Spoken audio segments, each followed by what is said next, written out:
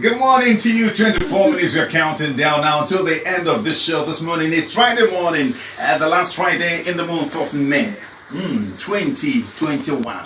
Let me get it right now. Huh? Now we're talking about something that relates to hygiene, and it also touches women and men as well. Yeah, because if she's not your sister, she is your friend, she is your mother, she is your wife. What again? If she's not a friend, she's a sister, she's a friend, she's a neighbor, she's a daughter. Good. So she's somebody's baby. The father, she is your daughter. The brother, she is your sister.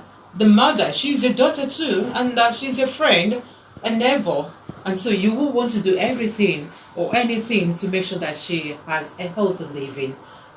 Well, I did tell Ike that I don't know that something like this has, a day set aside by the world to celebrate it. And it's good a thing because it's often said that when you train a girl child, you've trained a nation. And when she's at home with all these things, she's well equipped to make sure that she takes care of herself. When she turns into an adult or a mother, she's able to take care of the ones God will give to her. So what we are doing this morning is to make sure that we get it right. If you're listening to us, you're a mother, please put your ears on the ground. You're a brother, you're a husband, you're a friend, you're a neighbor, please put your ears on ground. Well, today the world celebrates the Menstrual Hygiene Day. It is also an annual awareness day to highlight the importance of good menstrual hygiene management at a global level. Menstrual Hygiene Day was initiated by the German-based NGO known as WASH United in 2014. And in developing countries, women's choices of menstrual hygiene materials are often limited by the cost.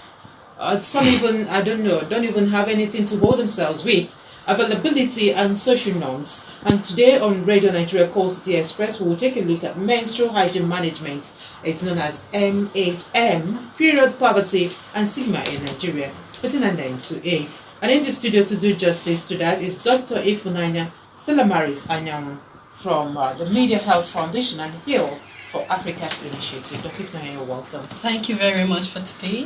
Thank you for joining us on the program. All right, thank you. We're happy to hear this, and for people like us, I want to listen and learn from what you are going to tell us today. I'm going to start by asking this question: what is period poverty? Hello everyone listening and people asking me what is period poverty. Now, period poverty is a situation where a girl or a woman who is menstruating cannot afford menstrual hygiene products. The question is, what are the menstrual hygiene products? So to most people, menstrual hygiene products are just about pads and tampons and menstrual cups. But menstrual hygiene products actually extend beyond those things. Now, these ones are things women use in receiving the menstrual blood. But beyond that, menstrual hygiene products also include the sanitation facilities. That's the toilets, the hand washing facilities. All these things are essential to maintain good menstrual hygiene. So when a woman or a girl cannot afford these products, it is a situation of period poverty. Okay. Now, we wouldn't want to go back to ask her what is menstrual hygiene, because that actually should have been the point, so that people who have young ladies who have not started seeing their cycle will understand what we are talking about. So let's go back to that very first question. Okay. What is menstrual hygiene? Now, menstrual hygiene is the optimal level of hygiene a lady menstruating should achieve during menstruation. So menstruation, everybody knows that is the shedding of the blood from the uterus. That on its own is there.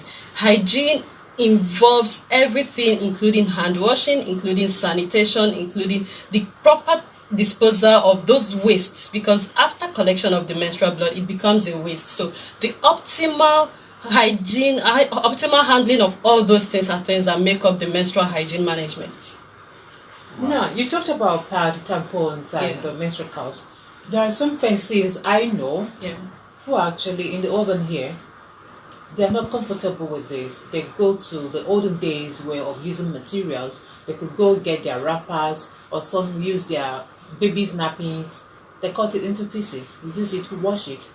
So how do you talk to those people who use that? Because they feel like disposing this, they put their life at danger. So going back to that traditional way of using materials or maybe nappies, use it and wash, and then how do they, how would they cope with the hygiene management? Now, when it comes to receiving menstrual blood, it has to do between a balance of comfort and then optimal hygiene. When we talk about comfort, some persons prefer tampons. Some are just not comfortable with the pads. Some are not comfortable with the cups. And then we'll have reusable sanitary pads. So that's where some of these ones you're mentioning now, sanitary wrappers, sanitary panties, that's where they come in. But the question is the hygiene management of those reusable ones. That's the major thing. Because even the disposable ones, you find out that people who use it, sometimes someone use only a single pad for a whole day, and that is suboptimal. In fact, that's way below suboptimal. That's just so when it comes to the reusable, it's about the changing frequency, the cleaning, and the person ensuring the person dries it under the sun. Under the sun. Like, it's very important, because it's not just about you put it inside water. You have to wash with water and soap. And dry under the sun. So these things are about comfort and still maintaining the optimal hygiene. We are looking at menstrual hygiene management, that is MHM, period poverty and stigma in Nigeria, putting an end to it. That's the focus of our discussion this morning. And when you talk about stigma, we've talked about poverty, that's period poverty. And someone may want to know, what is a period stigma? Somehow may have to create this question into two. Okay. Let me answer what a stigma is first before I take up what a period stigma is. Now, a stigma is a discrimination of a group of persons because of a perceived reason, particularly that the person is defective, those people are defective or have a defectional, functional body. So, for example, when it comes to period stigma, people are discriminating menstruating women. Now, in this case, the group is the menstruating women because they feel their body is defective during their menstrual time. It's natural, so why would one stigmatize a woman who is menstruating? That's the point. It's natural. Period is period. Period. Nothing about it. But some men will tell you, I won't eat something a menstruating woman cooks. Pastor, I'm on prayer, and my pastor said, once I am on this prayer, I should not have any contact, not even sleeping or eye-seeing with someone who is menstruating. Some class boys would chase girls whom they find out they are menstruating outside the class because, this girl is smelling, she's bleeding, she's stained, and all those things. So the stigma is real. In fact, to me, the biggest point of the stigma is that most elites do not really know that people are stigmatized for menstruating. Wow. Because when it comes to basic things, when you know something, you don't know that a major quota of the population do not know what you know. So you feel this is basic. But most people do not know that many women are quite ashamed of their monthly bleeding because that time of pains, I can't even go out to play with my friends, I won't be allowed to participate in school sports this time, and even at work, people would just perceive me as dirty, unholy, and unworthy to be here. It's real. It happens in schools, it happens in religious places, it happens in workplaces. It's really real. Okay, these are part of the ways that women are stigmatized during this period. Exactly. There are other ways that women are stigmatized. For example, I've already mentioned about men who don't eat, who tell you, for example, I can't eat outside because I don't know if it was a menstruating woman that cooked it. Then I've mentioned about people who their reason for marrying multiple wives is because if this one is menstruating at this moment, I can't be with her. I should be moving out with the other one. So I have this liberty of selecting whom I want. Then the thing of smelling. And then when it comes again, that's the strange part. Some people feel it's a ritual moment for women. So you must collect the blood or something or keep them within an enclosed room for that period and have them not engage in any human activity. And you begin to wonder, how would that person even clean up? How would that person even live? The way people in the olden days consider lepers, something like that. There are still some cultures, some societies that still see menstruating women like this. That once a woman is bleeding, see that 5 days, that 7 days, that 3 days, that woman is unholy, and you have nothing to do with that. That you should not even listen to any of her suggestion that she has to speak, because that is not her complete self speaking at that moment. So, and then the funniest one is when people now make a funny joke or casual. She's just behaving, maybe don't mind him, he's behaving like a woman who is on her menses. How do we begin to deal with it? That's the question now. Dealing with it, I tell people every society is a reflection of the basic unit, which is family. Dealing with any problem starts with inculturation of the right thing into family. So the question is, what places have influences on families? One, religious institutions. Most religious institutions, at least in Africa, most families believe in their religious institutions. Then schools. When we start telling people, one thing about eliminating a bad thing is understanding the correct thing. You learn something, and when you have to unlearn the wrong one, then you relearn the correct one. That's where it's our duty to really educate people what menstruation is, how it comes about, for people to know that this is actually a natural phenomenon, just like someone who is breathing, someone who is hungry, or your sleep calls. This is a natural phenomenon, and there's no two ways about that. So the number one thing is the proper education at the family level. So you train both women, the mothers, you train the fathers, and then you go to school, you talk to students. We don't just talk to students about how to take care of themselves, about the hygiene. We also talk to them about stigma. That's why the focus is not just on period poverty, it's also on stigma. These are sensitive things to discuss. So when we target the basic unit of the society, we'll keep making progress. Aside targeting the basic unit of the society, the other option again is targeting the government and the policy-making bodies beyond government. For example, within a workplace, let the management make some policies. For example, you don't stigmatize, you don't cajole a working woman because she's on her period or something like that. Even in schools, when a student teases a girl because she is menstruating, it is a matter of concern, and that whether boy or girl must be called to order. So when you do it insistently for 1, 2, 3 times, students will begin to know that this is a line that we should not cross, and that is how you start incorporating things in them, so that they grow with it and build the nation. Okay, you've come up with so many suggestions already on the way forward. But why are period poverty and period stigma matters of public health concern? Why is it so? When you were introducing this, you said, build a girl and you build a nation. Mm-hmm. Good. Now, period stigma is, I started with stigma first because it's not just about the physical health. You are also tampering with the mental health of a woman. And if this girl grows with a low self-esteem, she cannot achieve her full potentials.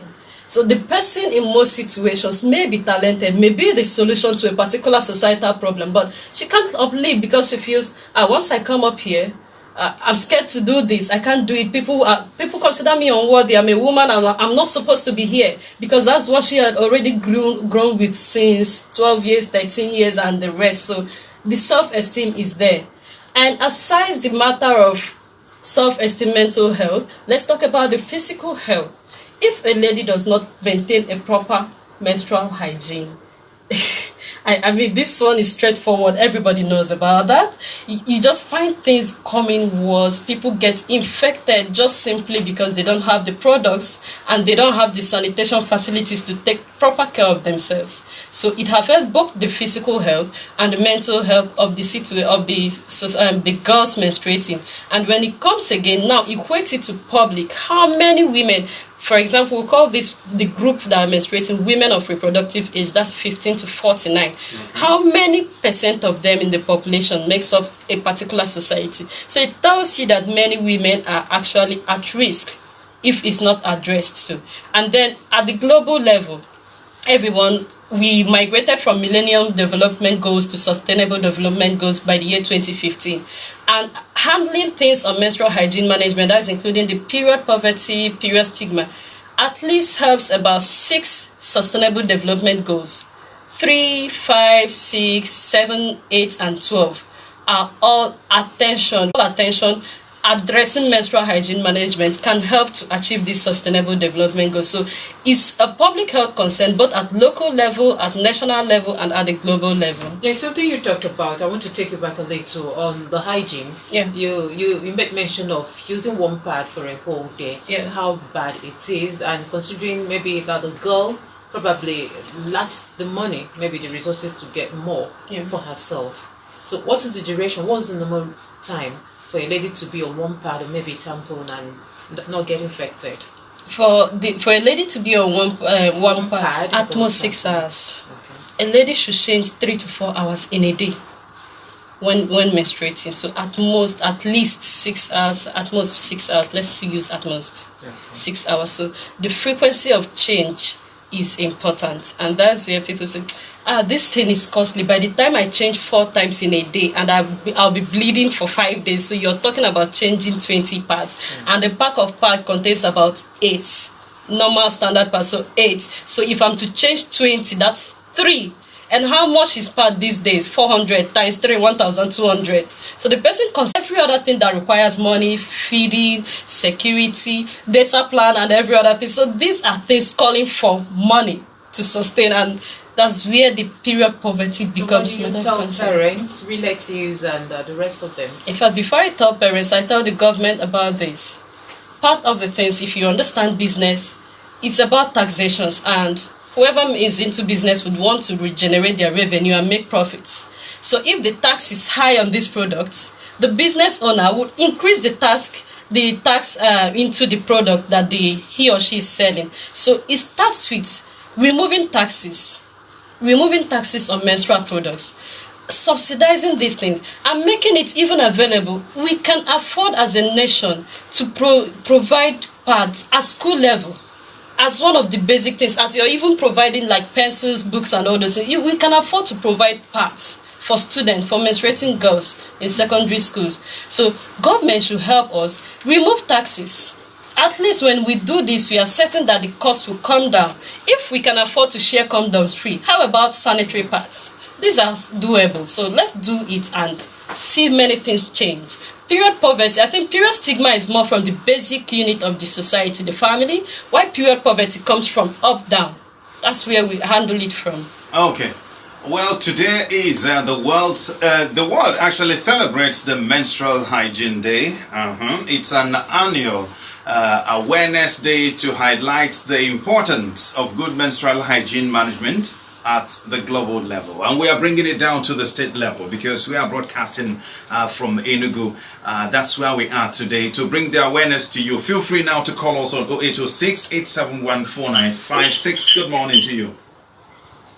Hello. Hello, good morning. Can you hear us?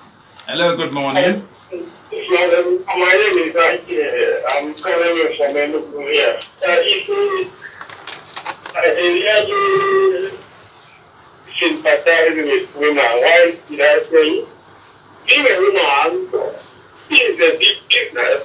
It's a big business because certain things men can do without women can do. Women can't do without them. Like when they are menstruating and something, you see, God has,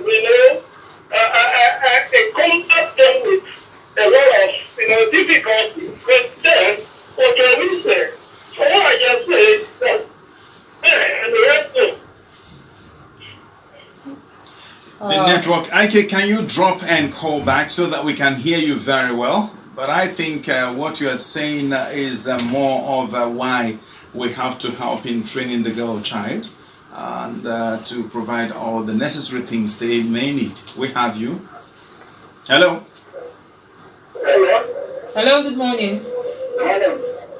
Please can...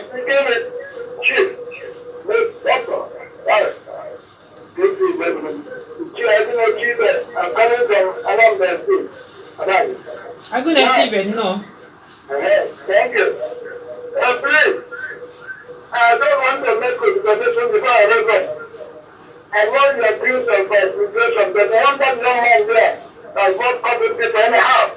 So then I hear what he said, because I just said. Now, on the Hello, Chief. Hello? Hello, Chief. Yeah, Hello. Hello. Hello?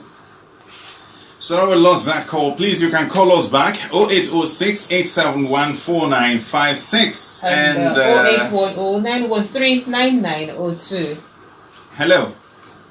Hello, good morning. Good morning. Good morning. I'm Gabriel and I'm calling from the autonomous community and it's a local government director. Yeah, good morning. Gabriel, thank you. Well, our female child or girl children need to be educated.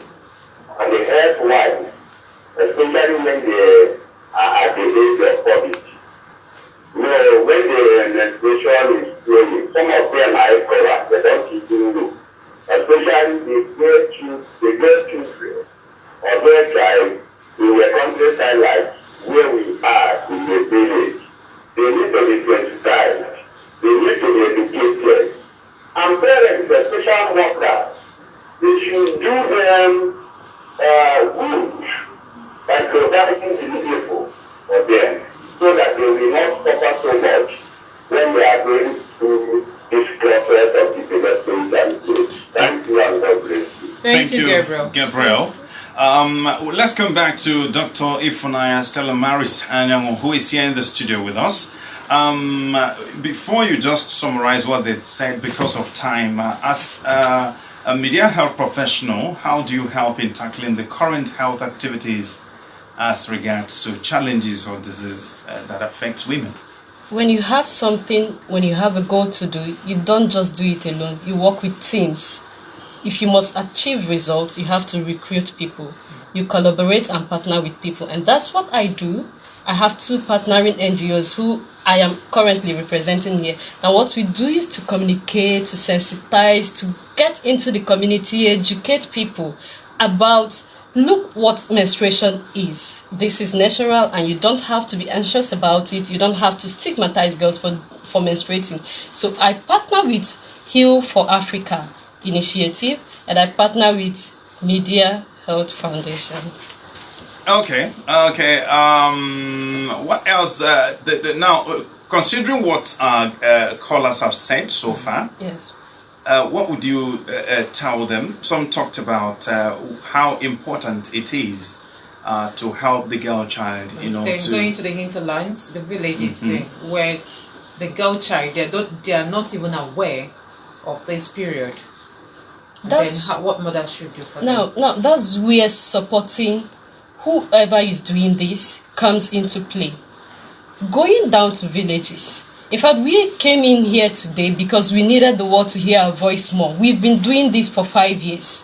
We've been getting into villages. We've been going through Enugu State, Kogi State, Lagos State, Oyo State, and many other states across Nigeria. But we need to touch down more. That's where support comes in. Okay. Because you need to reach to the people who need this information more. Now, who do you need this support from? Is it from the parents? We need support from institutions, support from parents, support from individuals, support from government. Okay. Support means 1, physical support, 2, funds, 3, emotional support. These things are all necessary. Like, for example, when we get to social media and post those things, at least you can afford to repost. Okay. You can afford to donate to our pad banks because we always find ways to go and donate our pads to girls. We do it annually. So these are things we do. This year, we are still holding a conference tomorrow to make sure we hold a discussion on the 3 major challenges of period: the period stigma, the period poverty, and period health challenges. So these are all necessary supports. Support is very important. And that's the size the time can allow us to do. I know you have so many things to say, but we are running out of time. The lights are beeping too.